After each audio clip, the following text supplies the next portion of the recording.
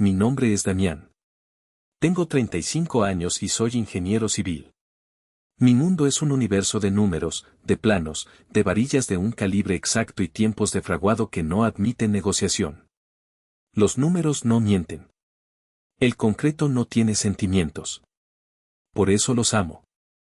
Son el único lenguaje que siempre me ha ofrecido certezas en una vida llena de variables impredecibles. Y allí estaba yo, de pie en medio de la sala de mi nueva casa. El olor a pintura fresca y a madera recién cortada era casi abrumador, un perfume embriagador que olía a victoria. A silencio. A paz. Era el resultado tangible de 10 años de trabajar doble turno, de noches en vela estudiando para obtener certificaciones, de incontables fines de semana diciendo no puedo, tengo que ahorrar. Durante años, mi esposa Amalia y yo tuvimos un viejo frasco de vidrio en la cocina.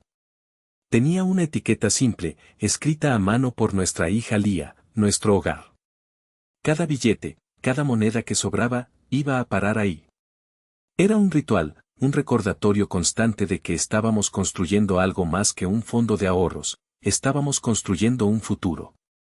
Esta casa no era un lujo, era una fortaleza. Cada tabique, cada centímetro de cemento, era una barrera contra el caos que había definido gran parte de mi vida. Pasé la mano por la pared del salón, lisa y fría, un gesto profesional, casi un instinto, buscando imperfecciones que solo yo notaría. No había ninguna. Era perfecta. Me imaginé la risa de Lía, mi hija de 7 años, rebotando en estas paredes, corriendo por el pasillo hacia su propio cuarto, un espacio que sería solo suyo, lleno de sus dibujos y sus sueños. Pensé en Amalia, sentada en el sofá que aún no teníamos, leyendo un libro con esa calma que siempre lograba contagiarme. Esta paz, esta tranquilidad predecible, era todo lo que siempre había anhelado. Para un ingeniero, todo debe tener una lógica. El acero de refuerzo se calcula, la resistencia del concreto se prueba. Las cosas encajan o no encajan. Pero con mi familia de origen, las matemáticas siempre fallaban. 1 más 1, en mi ecuación familiar, a menudo resultaba en una nueva deuda que pagar o un nuevo problema que resolver. Cada suma que yo hacía por ellos, se convertía, inevitablemente, en una resta para mí, para mi propia familia. Por eso, esta casa, estas paredes, eran mi punto de equilibrio. Mi ancla. Mi número 0. Mi teléfono vibró en mi bolsillo. Era mi madre. Su nombre en la pantalla me provocó una punzada familiar en el estómago, una mezcla de amor y agotamiento. Contesté, forzando un tono alegre. ¿Qué pasó, ma? ¿Y mi ingeniero? Su voz sonaba orgullosa, pero con ese temblor de ansiedad que nunca la abandonaba. Felicidades, mi vida. No sabes qué orgullo siento. Tu casita. Nuestra casa, ma, corregí suavemente. De Amalia, de Lía y mía. Sí, sí, claro, mi amor. Pero la construiste tú, con tu esfuerzo. ¡Ay, qué felicidad! Tenemos que celebrar. Todos tenemos que celebrar. Todos. Esa palabra resonó en la sala vacía como una alarma de incendio. Para mi madre, todo siempre incluía a mi hermano menor, Fausto. Y donde estaba Fausto, el caos nunca andaba lejos. Colgué el teléfono y me quedé mirando la luz del sol que entraba por el ventanal, dibujando un rectángulo perfecto en el suelo. Me sentía como el constructor que acaba de terminar su obra maestra, solo para ver en el horizonte una nube de tormenta que amenaza con destruirlo todo. Porque yo sabía que esta casa no era solo un hogar para mí. Para mi otra familia, era una oportunidad. Y las oportunidades, en manos de mi hermano, siempre se convertían en desastres que yo tenía que limpiar. La voz de mi madre en el teléfono me transportó 15 años atrás. Tenía 20 años y trabajaba de albañil en una obra para pagarme la carrera de ingeniería. Mis manos estaban callosas, mi espalda siempre dolía, pero cada saco de cemento que cargaba era un escalón más hacia la vida que quería. Una tarde, mi teléfono sonó. Era mi madre, llorando desconsoladamente. Damián, tienes que ayudar a tu hermano. Por favor, mi vida. Mi estómago se encogió. ¿Qué hizo ahora? Resultó que Fausto, que entonces tenía 18 años y soñaba con ser un gran cineasta, había rentado un equipo de filmación profesional para un proyecto escolar. Por supuesto, no hubo tal proyecto. Lo usó para grabar un video musical con sus amigos en una fiesta, y en el proceso, había destrozado una cámara que costaba más de lo que yo ganaba en un año. La compañía de renta lo estaba amenazando con demandarlo. Esa noche, vacié mi cuenta de ahorros. Todo el dinero para la inscripción de mi siguiente semestre, cada peso ganado bajo el sol inclemente, se fue para pagar la irresponsabilidad de mi hermano. Cuando lo confronté, él ni siquiera tuvo la decencia de parecer arrepentido. Se encogió de hombros, con esa sonrisa encantadora que siempre lo sacaba de problemas. Ya, hombre, no es para tanto. Para eso está la familia, ¿no? Para apoyarse. Mi madre lo respaldó, como siempre. Me abrazó, con los ojos llenos de lágrimas de alivio. Ándale, mijo, no te enojes con él. Somos un equipo. Lo importante es que estamos juntos y el problema se resolvió. El problema lo resolví yo, quise gritar, pero me tragué las palabras. Me las tragué como me había tragado tantas otras cosas a lo largo de los años, las veces que pagué sus tarjetas de crédito, las multas de tránsito que nunca mencionó. El préstamo para empezar su canal de YouTube que jamás me devolvió. Yo era el pilar de esa familia disfuncional desde que mi padre se fue. Y aprendí muy joven que un pilar no se puede mover. No puede quejarse. Solo puede soportar el peso en silencio, rezando para no agrietarse. Fausto aprendió una lección muy diferente. Aprendió que las consecuencias eran para otros. Que siempre habría alguien, principalmente yo, para limpiar su desorden. Creció con la certeza de que el mundo le debía algo, simplemente por existir, por ser él, el creativo, el alma libre. Yo era el aburrido, el práctico, el que vivía pegado a una calculadora. Él era la estrella. Por eso, cuando mi madre dijo todos tenemos que celebrar, supe que la historia estaba a punto de repetirse. Pero esta vez era diferente. Esta vez no se trataba de una cámara rota o una deuda de tarjeta de crédito. Se trataba de mi hogar. De la fortaleza que había construido con mis propias manos para proteger a mi esposa y a mi hija. Y por primera vez en mi vida, sentí que la grieta que había estado creciendo dentro de mí estaba a punto de fracturar la estructura por completo. Ya no podía soportar más peso. La pequeña cena familiar se organizó para el siguiente sábado. Mi madre insistió en que fuera en su casa, un territorio neutral donde ella podía ejercer su rol de pacificadora. Amalia y yo llegamos puntuales. Le llevamos a mi madre un pastel de su pastelería favorita. Lía corrió a abrazarla, llenando el pequeño departamento con su energía infantil. Por un momento, me permití pensar que tal vez estaba exagerando, que tal vez esta vez sería diferente. La ilusión se rompió 20 minutos después, cuando la puerta se abrió y entraron Fausto y su novia, Itzel. Llegaban tarde, como siempre, pero no venían solos. Fausto cargaba un trípode y un aro de luz. Itzel, con su sonrisa perpetua y su teléfono en la mano, ya estaba grabando. Familia. Estamos en vivo para el canal. Anunció Fausto, barriendo el departamento con la cámara de su celular. Saluden a mis seguidores, que quieren conocer a la familia detrás del genio. Sentí la mandíbula tensarse. Amalia me lanzó una mirada que decía respira. Mi madre, nerviosa, les quitó importancia. Ay, estos muchachos y su tecnología. Vengan, siéntense, que la comida se enfría.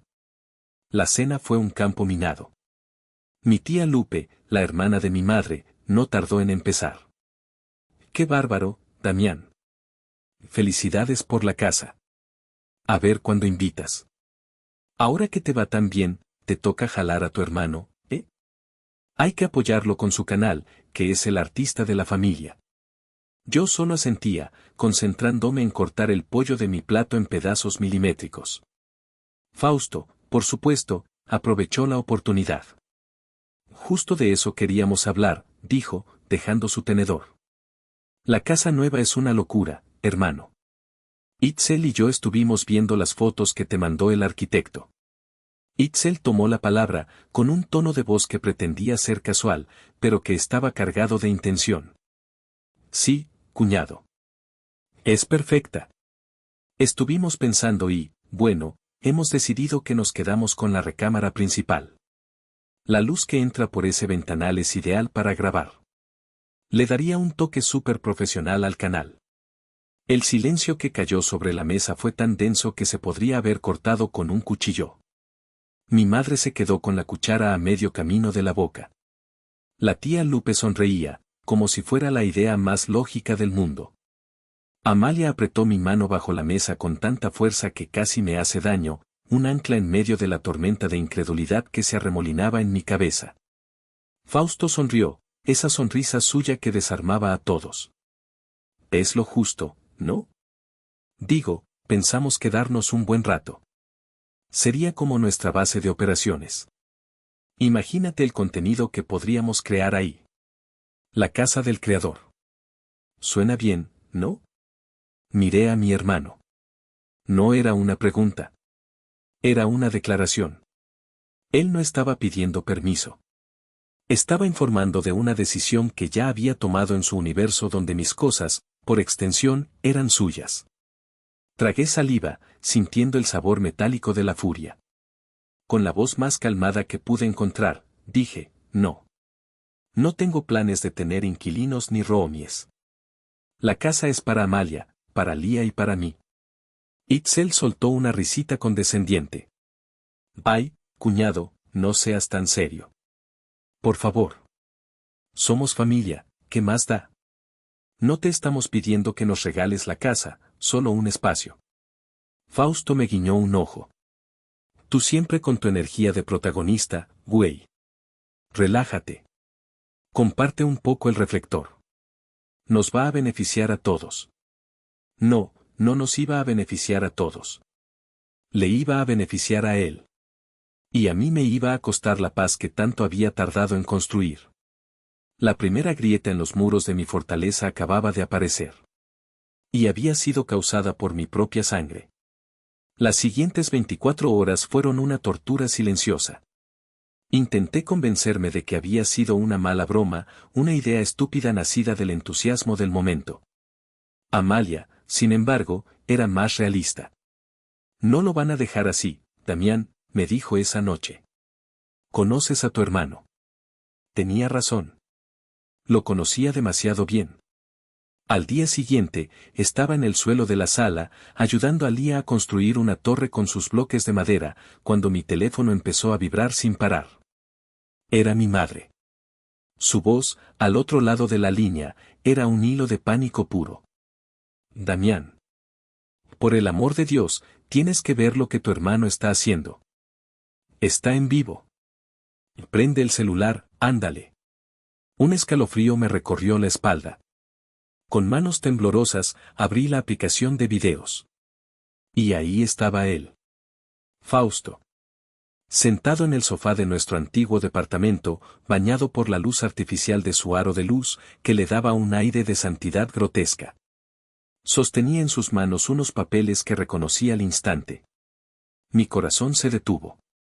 Eran las copias de mi plan financiero, el presupuesto detallado de la casa, los números de mi hipoteca, cada peso contabilizado. Los mismos papeles que le había enseñado a mi madre para que se quedara tranquila, para que viera que todo estaba bajo control. Los había dejado sobre su mesa de centro, y vean esto, amigos, mi audiencia querida, decía Fausto a la cámara, con una sonrisa burlona. Mi hermano, el gran ingeniero Damián, el que ahora vive en una fortaleza, tiene una partida mensual de 5,000 pesos para ayuda familiar. Hizo una pausa dramática, acercando el papel a la cámara para que los números se vieran claramente. El chat en vivo explotó. ¡Qué espléndido! ¡Qué generoso! Continuó, con un sarcasmo que chorreaba veneno. Con eso no alcanza ni para la despensa, carnal. ¿Para eso trabajas tanto? ¿Para darnos migajas? Itzel se carcajeó desde fuera de cámara, un sonido agudo y cruel. Pregúntale de la hipoteca a 30 años. Eso sí que es contenido. Fausto, animado, siguió adelante. Repasó mis ahorros, el costo de los acabados, el dinero que tenía destinado para los muebles. Cada número, cada plan, cada sacrificio personal, estaba siendo diseccionado y expuesto como un bicho raro en un laboratorio, todo para el entretenimiento de sus miles de seguidores anónimos. Leía mis finanzas como si estuviera leyendo el guión de una comedia. No sentí vergüenza. Lo que sentí fue un frío glacial, un vacío en el pecho tan profundo que me robó el aliento. Era la traición en su forma más pura y destilada. Era mi intimidad, la seguridad de mi familia, violada y convertida en un circo digital para conseguir likes. Lía, ajena a todo, me tocó el brazo. Papá, se cayó nuestra torre. La miré. Sus ojos inocentes, su sonrisa. Estaba dibujando en el suelo de una casa que yo había construido para protegerla de un mundo caótico y cruel. Y el caos, la crueldad, estaban entrando a través de la pantalla de mi celular, liderados por su propio tío. El frío se transformó. Se endureció. Se convirtió en una furia sólida, pesada y silenciosa como el acero. Amalia se arrodilló a mi lado, viendo la pantalla por encima de mi hombro. Su rostro era una máscara de ira contenida. «Apaga eso», dijo en voz baja. Obedecí. La voz de Fausto se cortó, pero el eco de sus palabras seguía rebotando en mi cabeza. Amalia me puso una mano en el hombro. «Esto ya no es por un cuarto, Damián. Ya no es una discusión familiar. Están atacando a nuestra familia. A Lía. A ti. A mí. ¿Qué vas a hacer?» Su pregunta no era una recriminación. Era un llamado a la acción. Levanté la vista del suelo, y en mis ojos, Amalia no vio al hijo mayor responsable que siempre cedía. Vio al ingeniero que estaba a punto de defender los cimientos de su fortaleza. El resto del día, mi teléfono fue una zona de guerra. Notificaciones de comentarios, menciones, mensajes directos de extraños que me llamaban de todo, desde tacaño y mal hermano hasta cosas mucho peores. Ignoré la mayoría, pero un par de mensajes lograron atravesar mi coraza de furia. El primero era de Itzel. Una sola línea, escrita con una pasmosa falta de conciencia: relájate. Estás haciendo todo muy raro y tenso.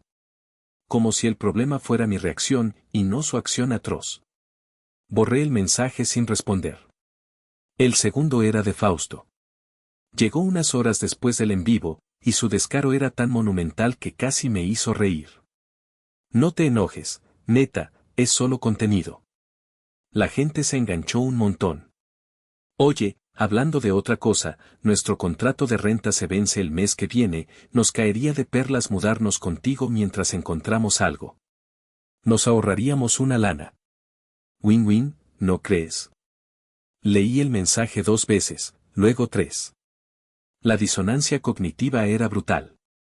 Por un lado, me humillaba públicamente, por el otro, me pedía el favor más grande de todos, como si fueran 2 eventos sin conexión alguna. En su mente, lo eran. El contenido era su trabajo, y la familia era su red de seguridad. Y yo era el nexo entre ambas cosas. El ingeniero en mí, el hombre que necesitaba orden y lógica, no podía procesarlo.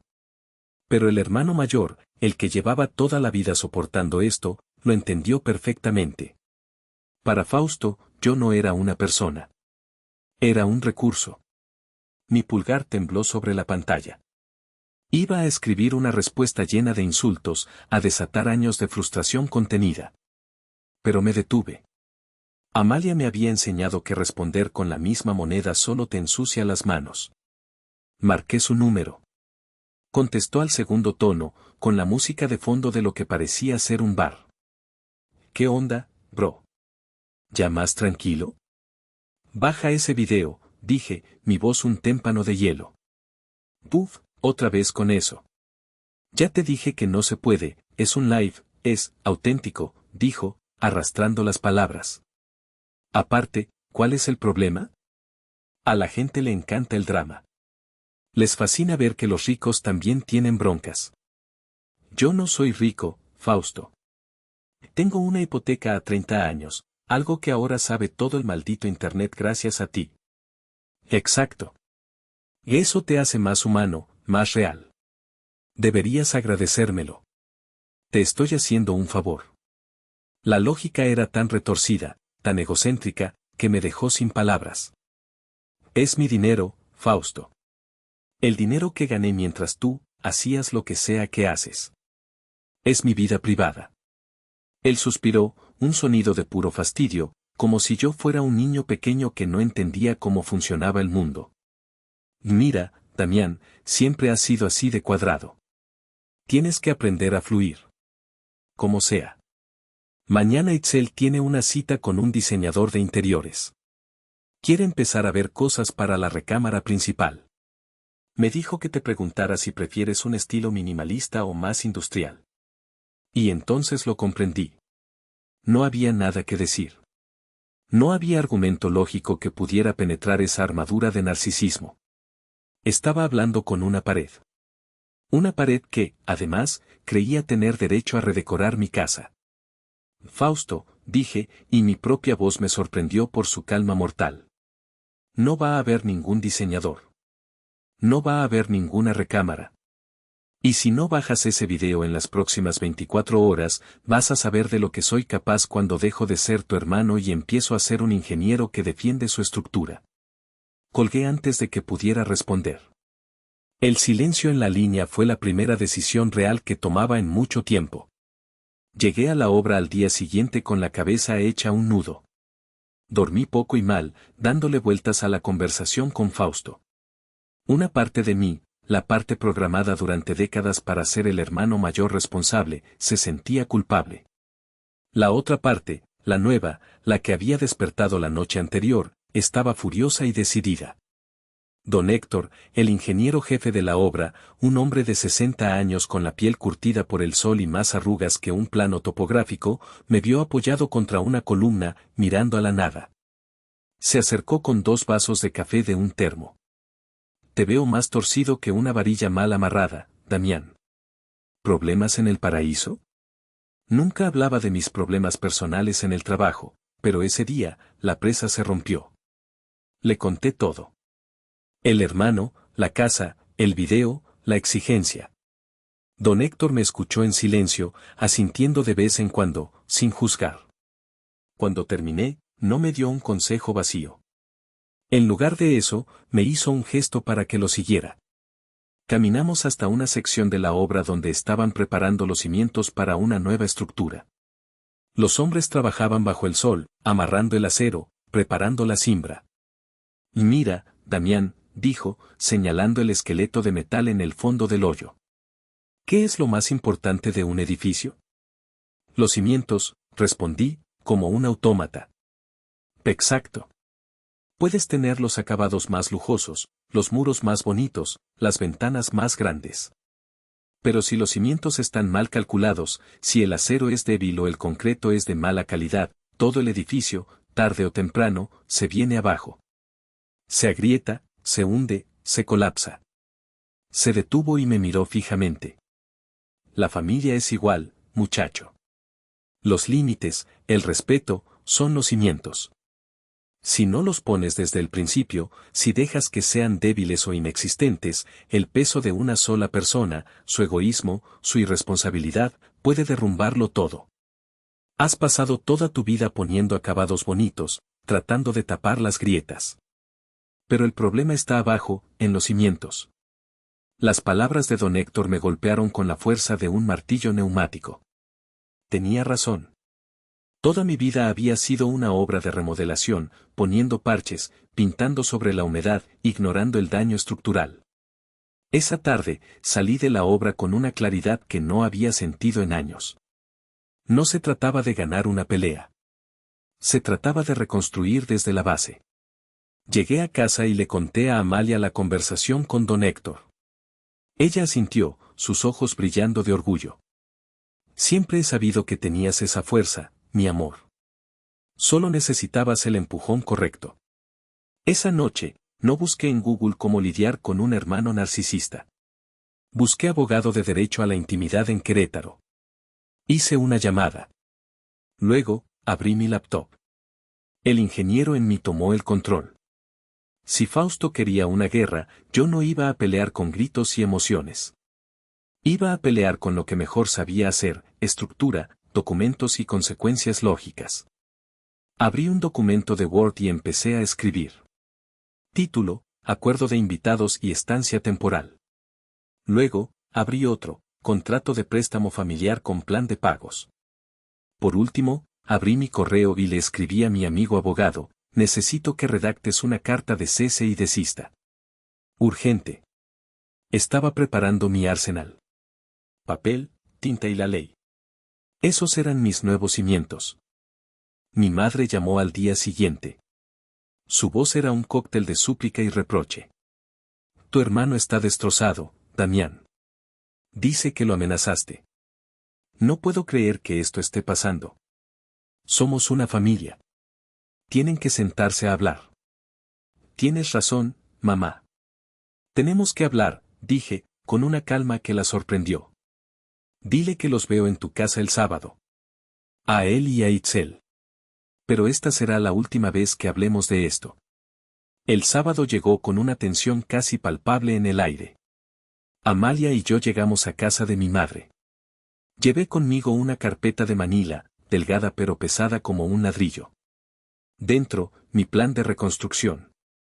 Fausto e Itzel llegaron tarde, por supuesto. Entraron con un aire de víctimas ofendidas. Fausto ni siquiera me miró. Itzel me dedicó una mirada de desprecio. Bueno, ya estamos aquí, dijo Fausto, dejándose caer en el sofá. ¿Cuál es el gran drama? Mi madre nos trajo vasos de agua de Jamaica, moviéndose por la habitación como un fantasma nervioso. Hijos, por favor. Puse la carpeta sobre la mesa de centro. El sonido seco de la cartulina contra la madera hizo que todos se callaran. No hay ningún drama, Fausto. Hay reglas. Y a partir de hoy, las cosas van a ser muy claras. Abrí la carpeta y saqué el primer documento. Lo deslicé sobre la mesa hacia él. Primero, esto es una carta formal de cese y desista redactada por mi abogado. Exige el cese inmediato de la difusión de mi información financiera privada y la prohibición de mencionar mi propiedad, mi dirección o mi vida personal en cualquier plataforma pública. Si vuelves a hacerlo, el siguiente paso es una demanda por daño moral y violación a la privacidad. Fausto miró el papel. Su sonrisa burlona se desvaneció cuando vio el membrete del despacho de abogados. Itzel se inclinó para leer, sus ojos entrecerrados. Saqué el segundo papel. Segundo, nadie, y quiero ser absolutamente claro, nadie se va a mudar a mi casa. Ni por un día, ni por una semana.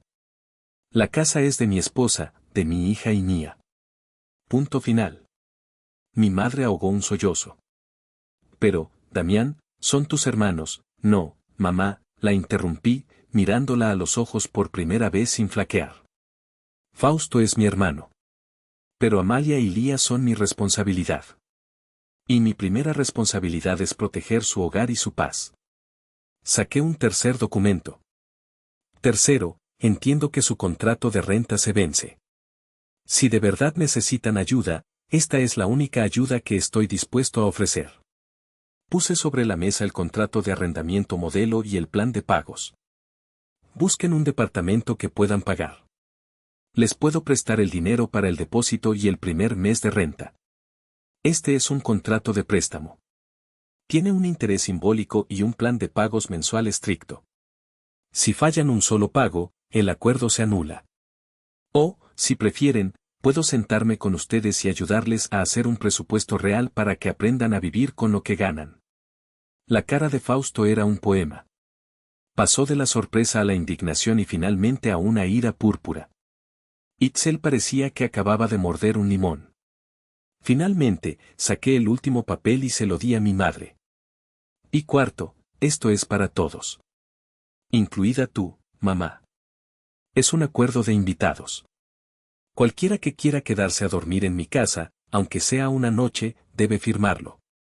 Establece reglas básicas, no grabar, no traer invitados sin permiso, respetar los horarios del día.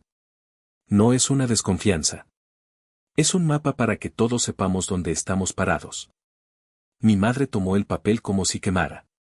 Lo miró, sus ojos llenándose de lágrimas. Esto es tan frío, Damián.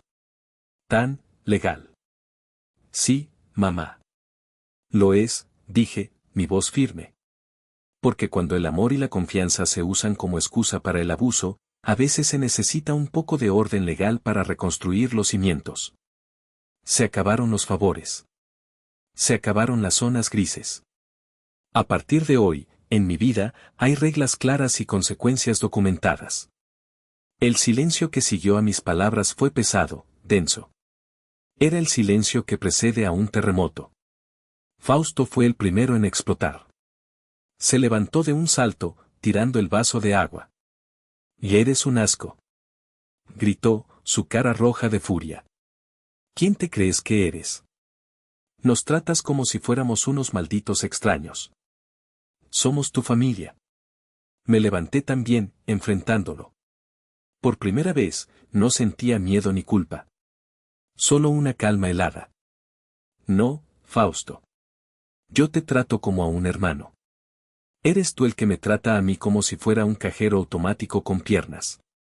Como si mi vida y mi trabajo fueran tu patrocinio personal». Itzel se unió al ataque.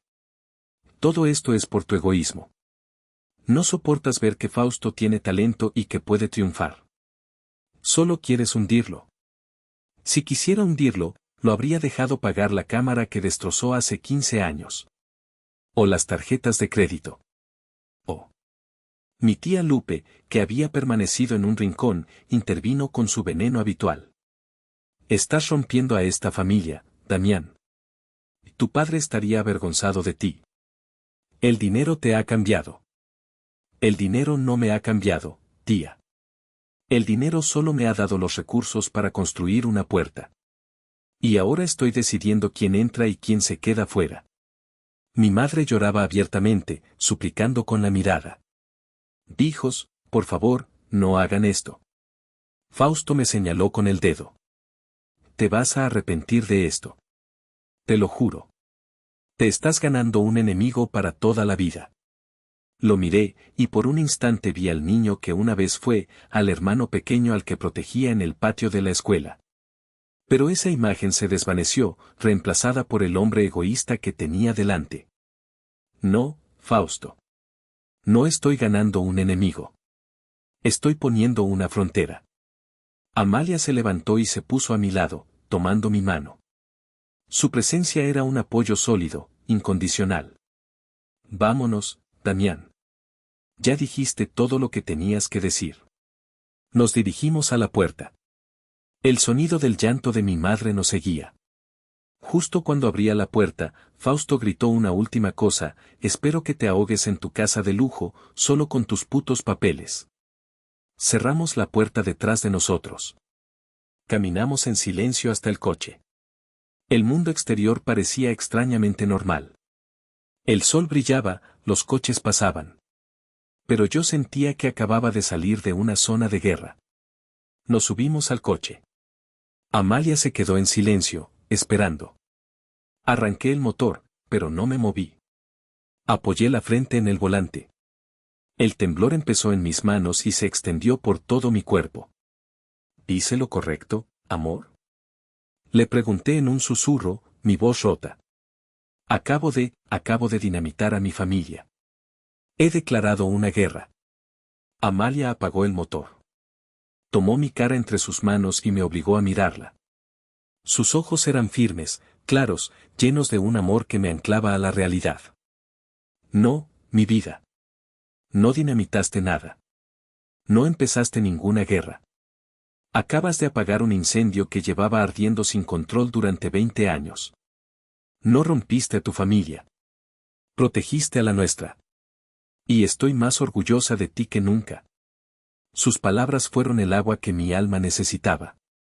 Me apoyé en ella, y por primera vez en toda mi vida adulta, lloré. Lloré por el hermano que había perdido, o que quizás nunca había tenido. Lloré por el hijo que ya no podía ser. Y lloré de alivio, porque finalmente, después de tanto tiempo, me había elegido a mí.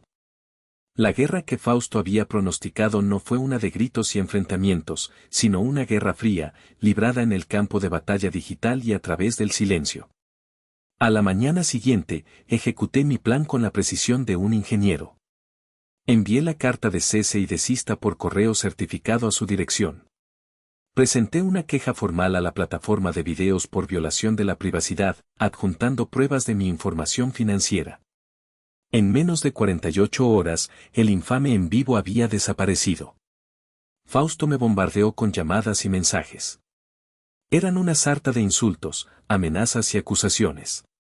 No respondí a ninguno. Simplemente leí el último mensaje, que decía «¿Crees que con esto me vas a callar?» y procedí a bloquear su número. Luego, el de Itzel. Y el de mi tía Lupe. Unos días después, Fausto subió un nuevo video. Era él, frente a la puerta de mi casa nueva, golpeando con los puños. «Ábreme, casero», gritaba a la cámara, intentando parecer gracioso. La escena estaba editada con música de circo. Yo estaba dentro, viendo la notificación de mi cámara de seguridad en el teléfono.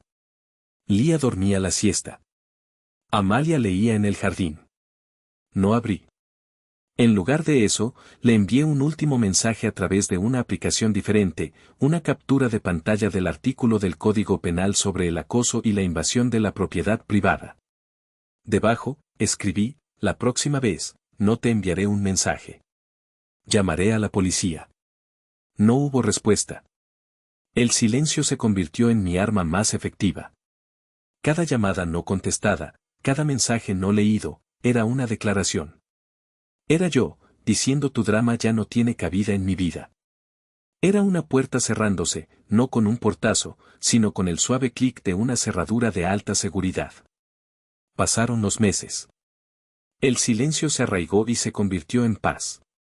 Nuestra casa dejó de oler a pintura y empezó a oler a hogar, a café por las mañanas, a la sopa de lentejas de Amalia, a galletas recién horneadas los domingos. Llenamos los espacios vacíos con muebles, con libros, con los dibujos de Lía pegados en el refrigerador. La fortaleza se había convertido en un santuario. Un sábado por la tarde, sonó el timbre. Era mi madre. Se veía más delgada, con ojeras, pero había una nueva luz en sus ojos, una especie de calma resignada. Se quedó en el umbral, nerviosa. «Hola, mi vida». «Hola, ma». «Pasa». Entró, mirando todo con una curiosidad tímida. Le ofrecí un vaso de agua. Se sentó en el sofá, en el borde, como si tuviera miedo de ocupar demasiado espacio. «Tu casa es muy bonita, Damián». «Gracias, mamá». Hubo un largo silencio. Finalmente, habló, su voz apenas un susurro. «Perdóname, hijo». La miré, esperando. «Perdóname por no haberte defendido. Por haber permitido que Fausto, que todo esto llegara tan lejos. Yo tenía tanto miedo de perderlos a los dos, que terminé hiriéndote a ti. Fui una cobarde». Las lágrimas corrían por sus mejillas. Y por primera vez, no sentí la necesidad de arreglarlo, de consolarla para calmar mi propia incomodidad. Simplemente la escuché. «Te perdono, mamá», dije, y lo sentía de verdad.